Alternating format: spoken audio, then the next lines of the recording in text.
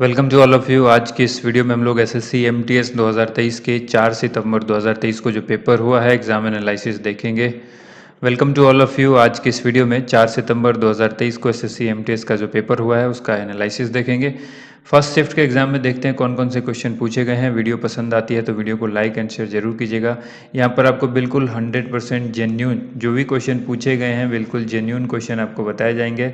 यहाँ पर आपको क्वेश्चन के साथ साथ जो है आपको उसका डिटेल भी बताया जाता है ताकि आपके आने वाले एग्ज़ाम में अगर आपका एग्ज़ाम आने वाली शिफ्ट में है तो आपको वहाँ पर हेल्प मिले। इस वीडियो का पीडीएफ फाइल अगर आप लेना चाहते हैं तो हमारा टेलीग्राम चैनल ज्वाइन कर लीजिए। डिस्क्रिप्शन में टेलीग्राम चैनल का लिंक दिया हुआ है जहाँ से आप इसका पीडीएफ डाउनलोड कर सकते हैं। किंग ऑफ गज़ल, ये सवाल पूछा गया है, किंग ऑफ गज़ल किसे कहा जाता है। ध्यान से देखिएगा, यहाँ पे कंफ्यूज करने के लिए आपसे कई सारे ऑप्शन आपको देखने को मिलेंगे। जैसे कि किंग ऑफ गज़ल पाकिस्तान में कहते हैं मेहंदी हसन को, तो आपसे हो सकता है ऑप्शन में मेहंदी हसन भी दिया हो। ठीक है, तो राइट आंसर हो जाएगा जगजीत सिंह। जगजीत सिंह को हम लोग किंग ऑफ गज़ल या फिर गज़ल किंग, डायरेक्ट ऐसे भी लिखा होता है गज़ल किंग, ठीक है, या किंग ऑफ गज़ल हम लोग कहते हैं जगजीत सिंह को। एक और सवाल आपको याद रखना होगा, मल्लिकाए गज़ल, हो सकता है ये सवाल आने वाले शिफ्ट में पूछ दे, या फिर गज़लों की रानी, ये कहते हैं बेगम अख्तर को। किसको कहते हैं? बेगम अख्तर को कहा जाता है। और पाकिस्तान के किंग ऑफ गज़ल किसको कहेंगे? तो पाकिस्तान के किंग ऑफ गज़ल मेहंदी हसन को कहेंगे। ये हमने पहले ही देख लिया है। इसके बाद सवाल है 2019 में भारत रत्न से किस सम्मान किसे दिया गया था। तो देखिए 2019 में जो भारत रत्न सम्मान दिया गया था, हमने पहले भी आपको बताया था कि भूपेन हजारिका का नाम याद रखिएगा। 3 लोगों को ये सम्मान दिया गया था। एग्जैक्ट सवाल क्या है वो मुझे नहीं पता है, ठीक है, लेकिन 2019 के भारत रत्न से संबंधित सवाल पूछा गया था। तो 3 लोगों को मिला था, नानाजी देशमुख को, प्रणब मुखर्जी जो कि पूर्व राष्ट्रपति, और भूपेन हजारिका को। इन तीनों लोगों को भारत रत्न सम्मान 2019 वर्ष में दिया गया था, वर्ष 2019 में। अगला सवाल है, राष्ट्रीय जलमार्ग 2 किस नदी पर बना हुआ है। तो ये ब्रह्मपुत्र नदी पर बना हुआ, और ब्रह्मपुत्र नदी एग्जामिनर के रडार पर है। इससे लगातार सवाल देखने को मिल रहा है। कभी पूछता है कि चीन में इसका नाम क्या है, तो हो सकता है आपसे ये भी पूछा जाए कि इस पर बने सबसे बड़े द्वीप का नाम क्या है, ब्रह्मपुत्र नदी कहाँ बहती है, ठीक है, कहाँ कहाँ बहती है, किस किस देश में बहती है, तो ये सब चीज़ आप याद रखिएगा। ओडीआई टीम की रैंकिंग से रिलेटेड सवाल पूछा गया है, ठीक है। तो देखिए ओडीआई टीम में जो सबसे नंबर 1 पर है वो है पाकिस्तान। दूसरे नंबर पर आप कहें तो ये है ऑस्ट्रेलिया। तीसरे नंबर पर आता है भारत। T20 में भारत जो है वो सबसे पहले नंबर पर है, इंग्लैंड जो है वो सेकंड नंबर पर है, पाकिस्तान जो है वो तीसरे नंबर पर है। बिल्कुल ताज़ा रैंकिंग है ये, ठीक है, बिल्कुल ताज़ा। टेस्ट टीम में अगर आपसे पूछा जाए तो भारत नंबर 1 पर है, ऑस्ट्रेलिया नंबर 2 पर है, और इंग्लैंड नंबर 3 पर है। नेक्स्ट क्वेश्चन देखिए, यहाँ पर पूछा गया है बुक से related, born again on the mountain, how I lost everything and found it back. ये पुस्तक के ऑथर का नाम पूछा गया है, तो इसके ऑथर कौन है? इसके ऑथर हैं अरुणिमा सिन्हा, ठीक है, राइट आंसर हो जाएगा अरुणिमा सिन्हा। इसके बाद क्वेश्चन पूछा गया है, मौलिक कर्तव्य का वर्णन किस अनुच्छेद में है। तो अनुच्छेद 51A के अंतर्गत जो है मौलिक कर्तव्य का वर्णन किया गया है। तो देखिए अनुच्छेद जरूर पढ़िएगा, अनुच्छेद से सवाल लगातार हर शिफ्ट में सवाल मिल रहे हैं सबसे। अच्छा, इसके लिए हमने पॉलिटी के टॉप 50 क्वेश्चंस भी हमने उपलब्ध करा दिए हैं, तो आप उसको ज़रूर देखिए। और डिस्क्रिप्शन में काफ़ी सारी प्लेलिस्ट ऐड की हुई है, तो प्लेलिस्ट और वीडियो का लिंक भी दिया गया है, तो उसको फॉलो ज़रूर कीजिए, ठीक है। सबसे अधिक साक्षरता वाले राज्य पूछा गया है, 2011 की जनगणना के अनुसार पूछा गया है कि सबसे अधिक साक्षरता वाले राज्य या केंद्र शासित प्रदेश कौन है। तो देखिए जब राज्य आपसे पूछेगा तो फिर आंसर होगा केरल, और वैसे अगर पूछेगा कि राज्य और केंद्र शासित प्रदेश मिला करके तो सबसे ज़्यादा तब भी केरल आंसर होगा।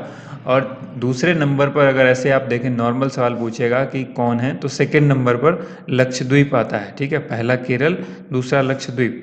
राज्य में दूसरा नंबर दूसरा किसी का है, लेकिन यहाँ पर तीसरा नंबर जो है वो मिजोरम, आप याद रखिएगा, ठीक है। केरल याद रखिएगा सबसे पहले नंबर पर आता है साक्षरता दर में, दूसरा नंबर लक्षद्वीप का, तीसरा नंबर मिजोरम का। ये 3 क्रम आप याद रखेंगे। इसके बाद अगर आपसे पूछेगा कि केंद्र शासित प्रदेश कौन सा है जिसका सर्वाधिक साक्षरता दर है, तो आंसर होगा लक्षद्वीप, ठीक है। नेक्स्ट क्वेश्चन है 37वां राष्ट्रीय खेल की मेजबानी कौन करेगा? तो 2023 में होगा ये, और ये अक्टूबर में होगा, अक्टूबर के महीने में 2023 में गोवा में आयोजित होगा, तो गोवा इसकी मेजबानी करेगा। अगला सवाल पूछा गया है कि प्रतिध्वनि हमें क्यों सुनाई देती है? प्रतिध्वनि जो होती है वो ध्वनि जब किसी परावर्तक सतह से टकरा करके वापस आती है, मान लीजिए कोई किसी बंद कमरे में आप हैं और आप वहाँ कुछ बोल रहे हैं, तो वो ध्वनि टकराती है दीवार से और वापस आपके कानों तक पहुँचती है, तो वो ध्वनि परावर्तन के कारण होता है। ध्वनि के परावर्तन के कारण, किस कारण सुनाई देती है? ध्वनि के परावर्तन के कारण। ये गूंज जो है, इस तरह की ध्वनि आपको पहाड़ों पर भी देखने को मिलेगी। जब आप पहाड़ पर रहेंगे और वहाँ पर आप कुछ बोलते हैं, तो आपको वो ध्वनि टकरा करके पहाड़ से वापस सुनाई देती है, तो इसको हम लोग कहते हैं प्रतिध्वनि। और प्रतिध्वनि जो है ध्वनि के परावर्तन के कारण सुनाई देती है। अगला सवाल है हिमाचल प्रदेश ने डेयरी उत्पाद के लिए कौन सी स्कीम को शुरू किया है? तो हिम गंगा योजना शुरू किया है, ये ध्यान रखिएगा। इसके बाद और भी हिमाचल प्रदेश से रिलेटेड जो भी आपके सवाल हैं उनको योजना से रिलेटेड उनको ज़रूर देखिएगा। मैं तो कहूँगा कि हर स्टेट की कुछ ना कुछ योजना आप ज़रूर देखें। और प्राइम मिनिस्टर मोदी ने 2023 में जो भी योजना, 2023 में करंट अफेयर्स आपको देखने को मिलेगा ज़्यादातर मार्च 2023 से पहले का, ठीक है। तो मार्च 2023 तक को फॉलो करिए, मार्च 2023 अप्रैल 2023 इससे पहले का ही देखने को मिलेगा। तो अक्टूबर नवंबर 2022 से आप इसको फॉलो कर सकते हैं मार्च अप्रैल 2023 तक, ठीक है। इन 6 महीने का देखें, इससे आपको क्वेश्चन देखने को मिलेगा। झारखंड में साल वृक्ष की पूजा किस त्यौहार में की जाती है? ये सवाल पूछा गया है।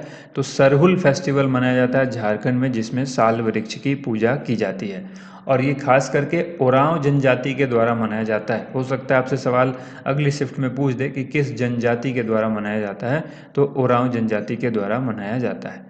गुरु के कल्याण सुंदरम पिल्लई, गुरु के कल्याण सुंदरम पिल्लई को पद्मश्री 2023 में पद्मश्री से नवाजा गया था, ठीक है।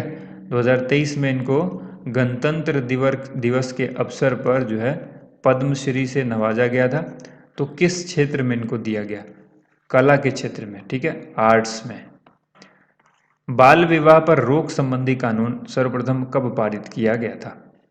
तो 1929 में पहली बार कानून जो है ये बाल विवाह पर आया था, बाल विवाह पर रोक के लिए, ठीक है। बहुत लोग इसमें आंसर 2006 कर देंगे, क्योंकि 2006 में ये संशोधन किया गया था इस कानून को, ठीक है। बाल विवाह निषेध अधिनियम संशोधन किया गया था 2006 में, तो 2006 नहीं होगा, 1929 इसका राइट आंसर होगा। अब सवाल पूछा गया है विंग्स ऑफ फायर पुस्तक। विंग्स ऑफ फायर पुस्तक काफ़ी फेमस पुस्तक है APJ अब्दुल कलाम की, डॉक्टर APJ अब्दुल कलाम, ठीक है। इनको हम लोग मिसाइल मैन के नाम से भी जानते हैं, मिसाइल मैन, ठीक है। तो इस क्वेश्चन का आंसर क्या हो गया? Doctor APJ Abdul Kalam wings of fire पुस्तक के लेखक हैं। उम्मीद करते हैं आपको हमारी ये वीडियो पसंद आई होगी। इस वीडियो को ज़्यादा से ज़्यादा लाइक कीजिएगा, आप लोग लाइक नहीं करते हैं। वीडियो को ज़्यादा से ज़्यादा शेयर कीजिएगा, और जिनका भी एग्ज़ाम आता है, एग्ज़ाम दे करके जो भी लोग आते हैं, second shift, third shift, first shift, जिस दिन भी एग्ज़ाम है, आप हमसे क्वेश्चन ज़रूर शेयर करें, ठीक है। क्वेश्चन आप हमारे कमेंट सेक्शन में शेयर कर सकते हैं।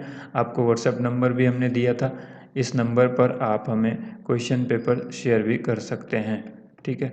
9205056365। ये सिर्फ व्हाट्सएप है, इस पर कोई कॉल वगैरह अलाउड नहीं है, ठीक है। कोई कॉल आएगी भी नहीं, तो आप इस पर सिर्फ व्हाट्सएप कर सकते हैं। थैंक यू सो मच आप सभी लोगों का वीडियो देखने के लिए बहुत बहुत धन्यवाद।